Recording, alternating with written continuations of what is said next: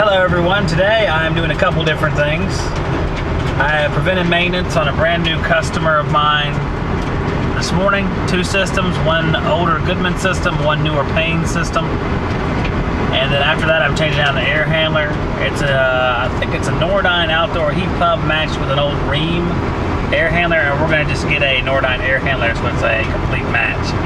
It's a lot like what we did on the last video where we changed out the train for the Goodman. So the system would then match, plus the train was leaking. This Rheem is leaking, and we're just going to make it a match system. So without further ado, stuck in traffic again. Well, traffic every day. Wish I could make it go away.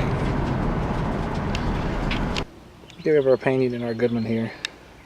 Doing preventive maintenance, had to level them up, clean them off. See some of the foam down there still. Most of them are pretty horribly out of level. Now the problem that occurs when that happens is that the units don't drain properly.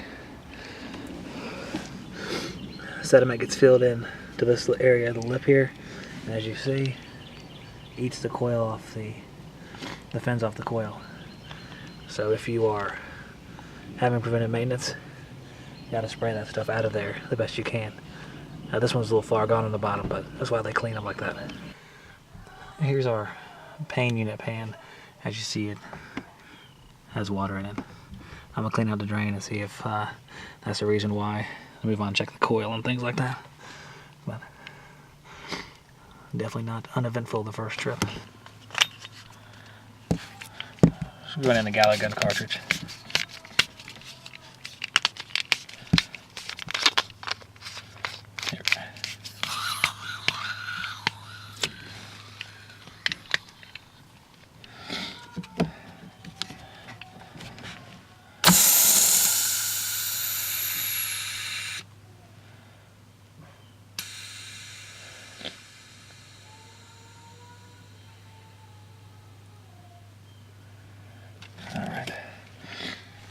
Let it drain out. See, it did have some funk in there. Our Payne is up and running. I had to clear out the drain. That's what caused the issue. The pan overflowing, as you see there, at ground level. And if you see the one over here, it is underground, so I'm sure that unit looks great. Our subcooling here is fluctuated up from 5 to around 6, right on the edge of the acceptable range. As long as it stays there, I'm not going to mess with it. I'll just recheck it when I come back in the fall. Superheat's pretty low, somewhere in the 2, 3, 4, 5 range. I blame that more on the TXV. The airflow is correct. We have 720 CFM, so that's pretty dead on for the setting there, and it's whistling out of the grill, so we can't go much higher than that. Alright guys, so this one's about wrapped up. It's been cleaned up, shipshape, as happy as it's going to get. We're going to move on to the Goodman over here, which is not at all happy. The ocean has done her in. We're about 3 miles from the ocean, 2-3 miles. But that's all it takes, buddy. This is the inside of the Goodman air handler, matched up with that Goodman unit outside that the fins are being eaten away, sorry.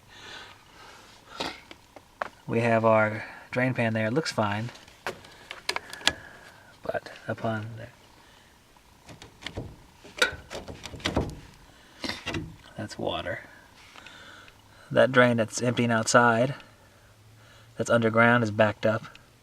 And the blower is picking up some of the water. I was actually watching it come off the pan into the blower, so it's probably slinging some of it down the duct. So basically this is a split Legionella maker. So I'm going to try to fix this thing and get this water drained out of here. Okay, I changed the blower capacitor as well. It was weak. It's a 12.5 microfarad. I think the tolerance on the old one, let's see, was plus or minus 5%. But this one was down near 8, which is about 30%. So I switched it out. It'll make the blower run more efficiently. And we'll stop from having to come out here in mid-July when the blower won't come on at all. So, another important part of preventive maintenance, checking the capacitors. Now we're going to drain this drain pan by using some CO2 to blow out the lines. We are still at our Goodman air handler in the crawl space, 4 tons. I took one of the returns off the end, look inside, and the coil looks pretty good, pretty clean. I'll spray it down in a routine maintenance sort of way, but we don't need to scrape it off or anything like that. But it looks like it's been standing water in this box before. See the rust all over the place. So this thing has definitely not been draining well. I changed the drain, put a trap on it, tried to get it so it flows out of there. It's coming up at a little angle coming out of the air handler, so it's not draining as quickly as it should.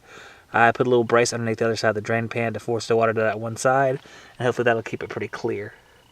But there's our revamp drain. We are checking the charge on the Goodman, and it looks a little low. Could be outdoor coil, could be indoor coil. Saw a dark patch on the indoor coil, might want to check that. That is unfortunate. Let's see what we're going to do next. I am charging the system now, R22. I can get used to this. I like the scale. This is cool. Build piece, wireless scale. This is neat. I like it. Also paying mind to what our amperage is on the compressor. We're at 10 amps. Running load amps is 21.8, so we're well below that. So I'm just going to let it charge up here. My bottle's almost empty, I think. Get as much out of it as I can, and then we will move on to the next bottle. I had some questions about charging with the S-Man 3. Here we are, the S-Man 3. What I have is the low side hose, suction side, compound, whatever you want to call it, into the suction side gauge port, and our liquid side, high pressure, whatever you want to call that, is on the liquid side gauge port. Okay, so we have our high side and low side displayed. The low side's a little elevated because we're charging right now until the bottle's getting empty, because our number's starting to plunge downward. And I have my clamp for subcooling put on the liquid line exiting the condenser, and my clamp for superheat on the other side here, T1. Over here, I need a section service valve.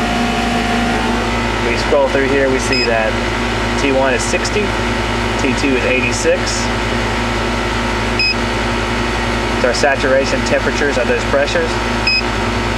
And that was what I used to get our target superheat. I got the indoor wet bulb at the return, outdoor dry bulb. Combine those for a 16.6 degree target superheat. And as you see, it says we're at 17, but we're actually much higher because we're still charging. So that's how I hooked mine up. We'll put in 8 ounces, probably a pound on this one. See where we're at, let it run for a few minutes and go from there. We are 1 pound into charging. It looks like we're pretty close to being there. It's been running for a few minutes, and our superheat's only 2 degrees off the target. And that will be good enough for me. I will shut down the machine here in a second and see if I can track down this leak. All right, I'm leaving that job. The homeowner's I'm gonna price up a new system for her. Change out an evaporator on a system like that, you gotta take into account that the condenser looks so rough. It's not really worth putting a ton of money into, and that's what I told her. I said, let's get some prices on the whole thing so that you know what you're looking at both ways. So I'm gonna price that up for her, and hopefully we'll get another change out, get another brand new, beautiful Amana system up and running.